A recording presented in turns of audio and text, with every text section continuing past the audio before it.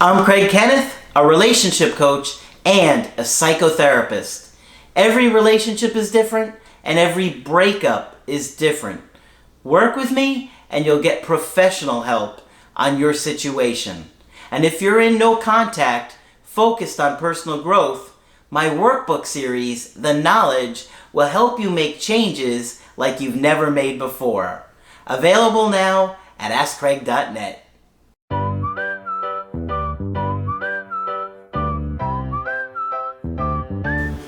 Hi there, I'm Coach Craig Kenneth. I'm Coach Margaret. And today we're going to be talking about how self-talk can make you feel better.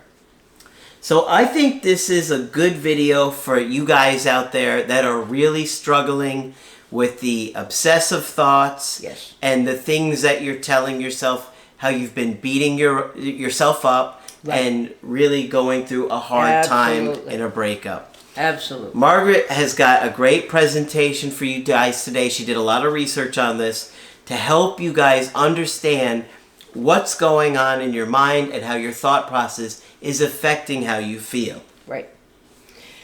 All right. Now, the concept of self-talk has been around for a while. And when the gentleman I'm going to talk to you about wrote his first book, it was back in the 1980s. Mm-hmm. And I've never gotten too excited about self-talk, although I knew it was out there as a tool, and I have talked with you guys about it before. But when I really realized recently that unconscious material is involved in self-talk, then it got my attention in a different way. Because if there's anything we learn very quickly, it's that we do have an unconscious and that it does play a role in our thoughts, feelings, and behavior. So I have taken a new interest in it. And I read the book written by the founder, who has a rather odd name. His name is Shad, S-H-A-D, Helmstetter. And he's a PhD psychologist. So to tell you a little bit about him, he started out in corporate America, and he got into motivational speaking and making motivational programs to get workers being very enthusiastic and feeling good about themselves and ready to go, and he worked in that for a very long time.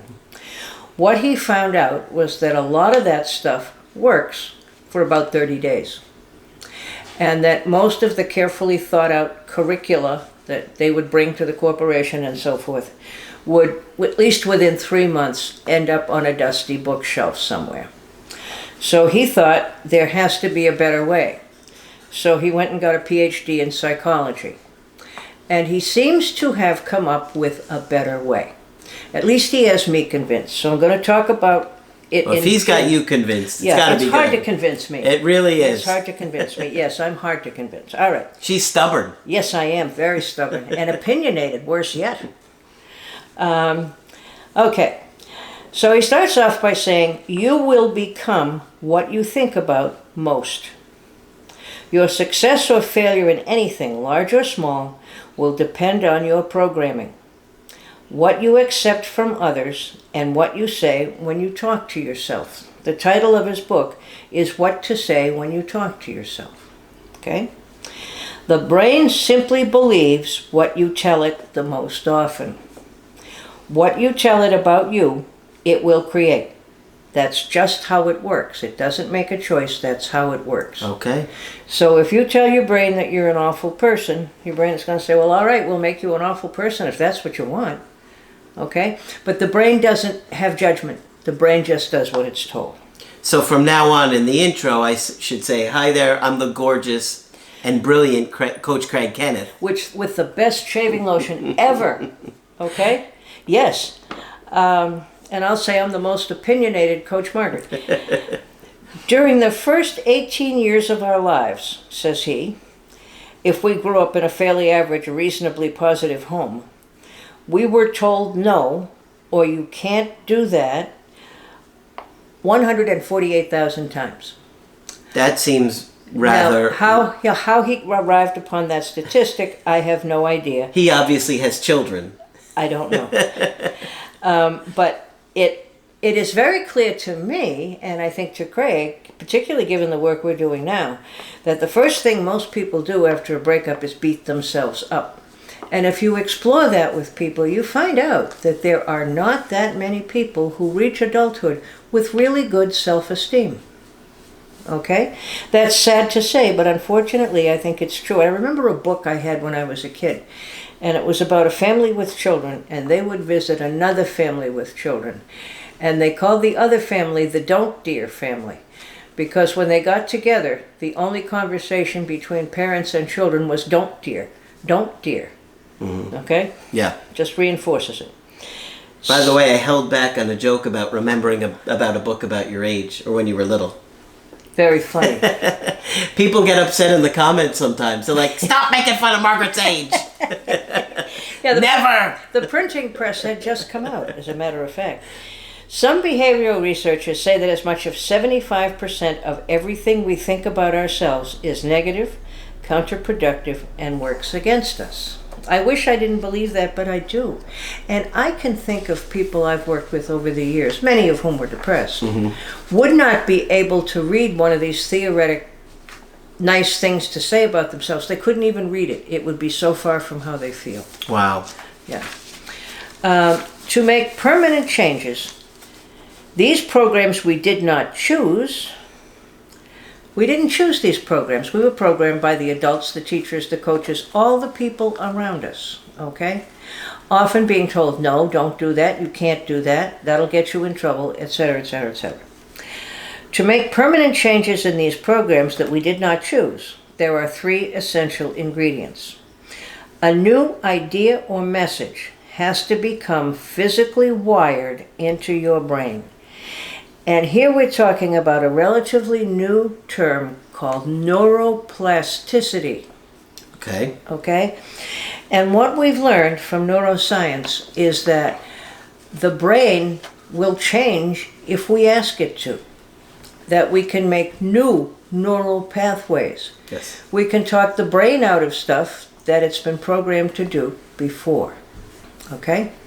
And this also goes along with being able to change your attachment style and becoming more secure. Absolutely. And dealing with trauma. Right.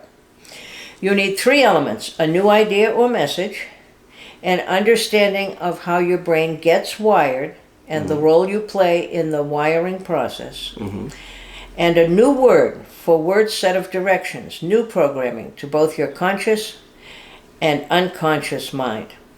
So self-talk has all 3 ingredients. It has a new idea or message, you understand how your brain has been programmed, and a new, I said that wrong, a new word for word set of directions for your brain. Okay? To undo what you've been programmed to do. And self-talk has all 3 ingredients. He has a 3-page list, I will spare you, of common things that we say to ourselves that are not nice. I can't remember names. I'm terrible at math. It's going to be another one of those days. I always freeze up in front of a group. You can't trust anybody anymore. What's that going to be? You can't trust anybody anymore. Is that going to help your relationships? No. Okay, I've always been bad with words. If only I was taller, smarter, had more money, etc. I never seem to get any place on time. Those are all programs that have been put into our head. Yeah. And we put them there. Well, the people around us have put them there. Yeah. And we echo them. And think about what's said to adolescents.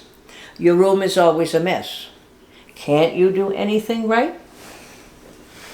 You're just like your father. You just don't try.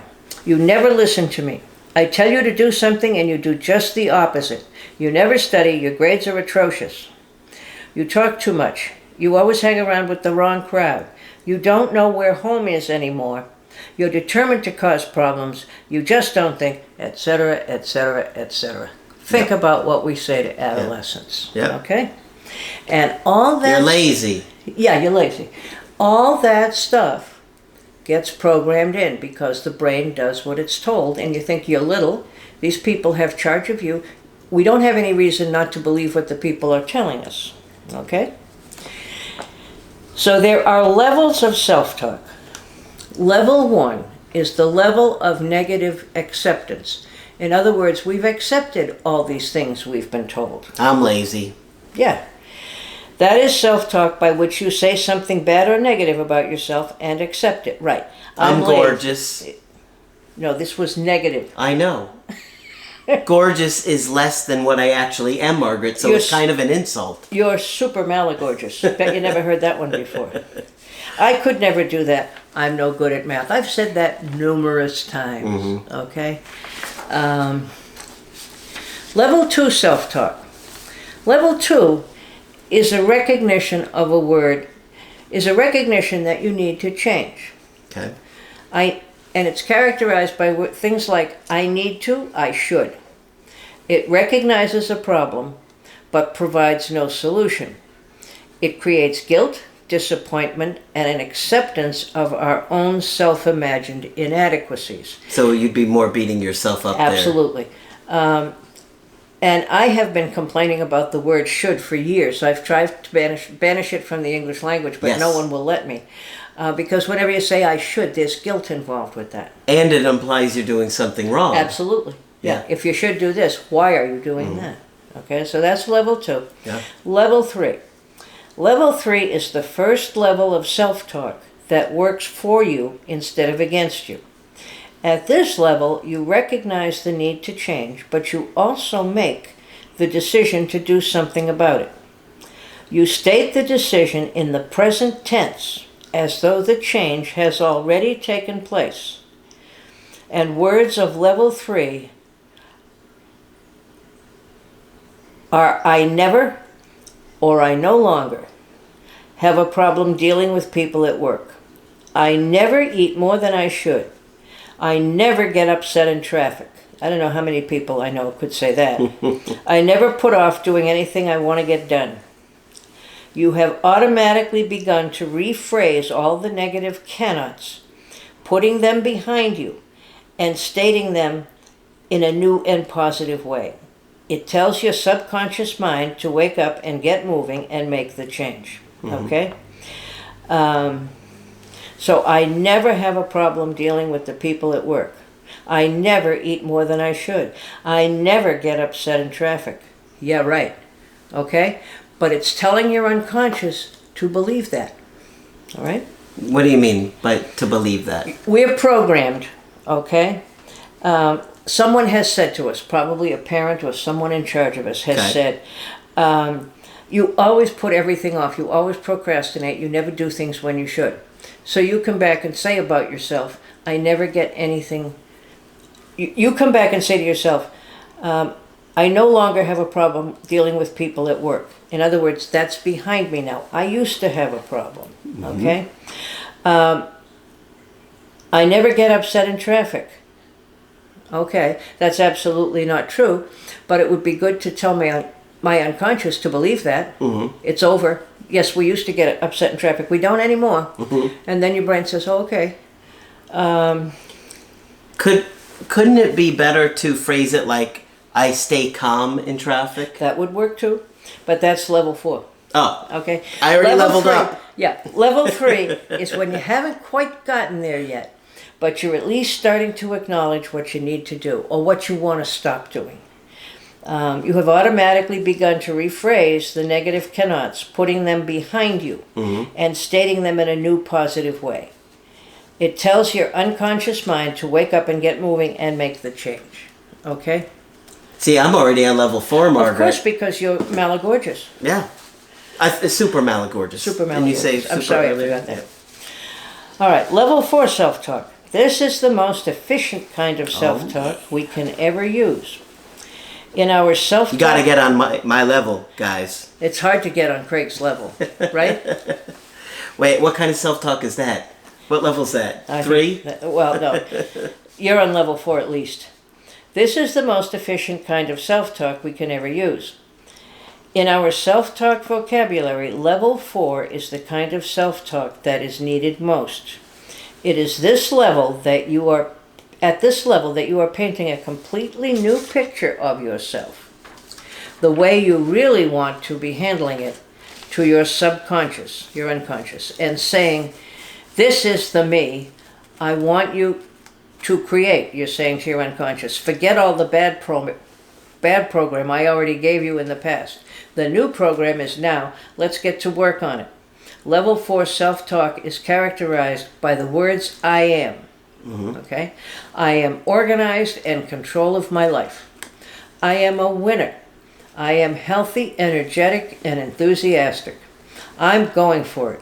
Nothing can stop me now. I like who I am. I am in tune, on top, in touch, and going for it.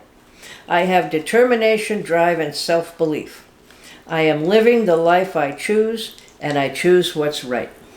Now that's pretty positive, right? So the difference is that you're focusing on the exact thing that you're trying to believe. Exactly. You're not talking about the negative anymore. You spin it in the positive. Right. That's it exactly. Yeah. And I stay calm in traffic. Yep. Absolutely. I drive safe in the rain. That's right. Only the positive. Only the positive. And your brain doesn't judge what it's told. It just does what it's supposed to do, which is, make decisions around it. So we can tell it anything and it'll do whatever we want. Wow. Right? It's really powerful. And it is. I talked about this in the video a long time ago called Focus on What You Want. Right. And I talked about how you really want to focus on the things that you're trying to create. That's right. And because your brain, your unconscious, does hear this all the time. Absolutely. Absolutely. And I'm sure there's a reason why we are programmed by adults when we're little.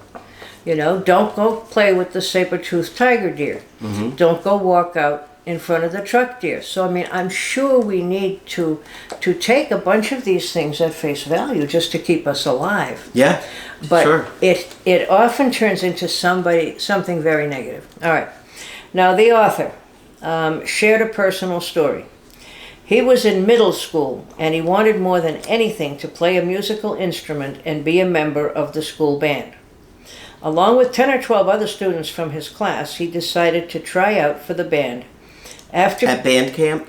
I don't think it was band camp. I think it was just the tryout for the band. That's a joke about an old movie. Is it? Yeah. Oh, okay. Some people will get that one. All right.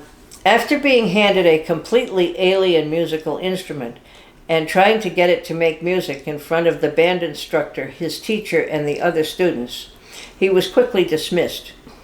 He knew that he had not done well, and it was an hour later, after the last student of that day had performed, that he overheard the band director telling his teacher that not only could he not play in the band, but also that he had absolutely no musical ability and would never be able to play an instrument. Ooh. What incredible programming for a 10 or 12-year-old boy who had his heart set on learning how to play. It worked. I had heard from someone else that I had no musical ability, and I believed it. I accepted it as fact that I had no musical talent and that I would never. It wasn't until years later that I finally got up enough courage to rent a piano, learn some notes, and play it secretly when no one was around to remind me that I could not play. I never did develop the skill I wanted, but I learned after some 20 frustrating years that our school band director was wrong, and I had believed him. Yep. Okay. My high school guidance counselor, who didn't even know me, I think I met him once or two times, because this was in my senior year. I had only went to that school my senior year, so I really didn't even know the guy at all. He said something after he looked at my grades or whatever and said I wasn't college material. He graduated, right? Don't you love it? Yeah. Not only, and that was just high school. Yep. Try graduating with honors, buddy. I think you may have missed the mark on that one. Yeah. And those things happen all the time, and nobody ever thinks about it again. All right? I think at the time I talked to my mom about it, and she, her and I talked about it a lot, and Good. She was, made me see, don't worry about what he has to say. He doesn't even know you. And, But your brain didn't know that, and he was supposed to know. Yeah. Can you imagine telling a kid that you don't even know that they're not college material? I wouldn't. I was a teacher before I was a therapist of any kind. I would never have told a kid that. It's somebody you don't even know. Right. It's not like I had like all F's, and I was a dropout or not going to school or anything. Kind of like passing somebody in the street and say, "Boy, you look less than literate." Yeah. My grades were like a B average for my junior year. You're not college material? Yeah, like that's ridiculous. All right. Here's an opposite example. Michael was a little boy of 6, and he often visited the elderly gentleman next door for afternoon chats. Essentially out of sight but within hearing distance at the top of the stairs one evening, Michael was ready for bed when the neighbor stopped by. Little Michael overheard the old man tell his mother that Michael was very creative, and he knew that Mike would grow up to do things that were creative. Decades later, Mike Vance would become Dean of Disney University. Later, through his personal consulting and work with major corporations and organizations throughout the world, he went on to become one of the premier creativity trainers in the United States. Wow. Little Michael, by accident, overheard one small program about himself, and he believed it. I heard something similar when I was little. Did you? Yeah. My mom used to say all the time that my dad was very creative and that I was very creative. Oh, cool. And look at this whole deal you came up Yeah. with, right? He dreamt up this whole business. Mm-hmm. That was pretty creative. So, can we, the average people of the world, take advantage of this cool new stuff? Yes, we can. It's simple, and we can really quickly learn to do it. And he's saying that unless it's simple and really quick to learn, nobody's going to do it. He saw all those wonderful programs ending up on dusty shelves. We start by monitoring our own self-talk for a few weeks. yeah. So if you want to do this, what you would do is pay attention to the things we say to ourselves for a few weeks. Absolutely. Just recently, after I read this, I said to myself, now how did you drop that stupid? Those are the kinds of things we say all the time and don't notice. Yeah. Okay? If we hear bad stuff like you're so clumsy, you've never been good with money, we can immediately turn it around and say, I'm not that clumsy. I can do better with money. And you can undo the negative thing you hear as quickly as you can. All right? But you'd be surprised. Once you're aware of it, you hear people say things like that all the time. Yep. All right? So, I made one up myself. It says, I am an attractive person. I no longer worry that my partner will leave me. That would be a nice, secure feeling Wouldn't to it? have. Wouldn't Yeah. it? How about this one for everybody struggling through their Can breakup? you make one up? Yeah. How about this breakup will help you become the best version of yourself that you've ever been? Oh, that's great. Yeah. Well, anyway, I ordered this man's program on what to say to yourself around relationships. And the next time we record, I will do the second half of this presentation. In the meantime, we invite you to make up anything you'd like, right? As long as it's positive. As long as it's positive. I am very sensitive, and I make other people feel comfortable. Mm-hmm. Anything nice like that you can say. Or sometimes I've asked people to make a list of the negative things their parents say to them, and you wouldn't believe some of the things I've heard. Wow. I hope you have a child just like you so I can get even. Ooh. That's awful. Ooh, that's angry. Isn't that awful? I hope you have a terrible time in your life because you never try hard enough to do well. So I want you to have a terrible time. I don't want you to get along just by trying to sleaze by. I've heard all kinds of dreadful things that you'd never say to anyone unless you were extremely angry. Okay? So that's the first half of my sojourn into self-talk. And I'll let you know what else I've found myself saying. How about you, Craig? Do you ever say anything negative to yourself? Of course, it is hard when you're that super malagorgeous to say it. Exactly. Yeah. I just am so incredibly positive about myself all the time, I know Margaret. you do. I know that about you. And I was just petting Craig's dog, and I wonder if she says bad things to herself. You always get crumbs after you eat a biscuit. You tear up your socks into all kinds of pieces. I wonder if we have to help her too. That is true. She does tear up the socks Yes, into she all does. kinds of pieces. So anyway, that's what I have to say about this, and I will revisit it shortly. So try and focus on some positive self-talk Yes. for yourself this week, and maybe write down as a homework assignment Yes. to do for yourself, and see if you could start to correct some of those Yep. negative thoughts you've been thinking for maybe weeks or years or your life, and you just weren't even aware of it. And the biggest clue we get is almost everybody we talk to right after a breakup is beating themselves up. Yep. It must be something I did. I wasn't loving enough. I wasn't this enough. I wasn't that enough. Well, they're So, looking for the reason the relationship fell of apart. course, they're trying to make sense out of it. Yeah. And, we always give you credit for being ready to take responsibility. But don't fall for the programs you didn't put in your head. That's right. As a matter of fact, I have a video that I want to do. It's called "It's All My Fault," so we'll talk about that in that All right, video. good. Okay. So hopefully this video will give you something to think about for self-talk, and maybe it can make you start to feel a little bit better about yourself and your situation, since you're having a hard time through this And breakup. parents don't mean to do that. They're trying to program you to do what you need to do. But accidents happen. So of course, when you want to get my help personally, just go to my website, askcraig.net, sign up for the coaching option that works best for you. I do email coaching and I do Skype. Margaret is also available for Skype coaching. Yes, I am. Feel free to sign up, and I promise to say something nice and positive to you. Make sure you click on Margaret on the top of the website to sign up with her. And put a like on the video for Margaret doing all the hard work on the research on this one. Yeah, please. But I am the gorgeous and brilliant Coach Craig Kenneth. Yes, and I'm the slightly less gorgeous and brilliant Coach Margaret. And we will talk with you soon.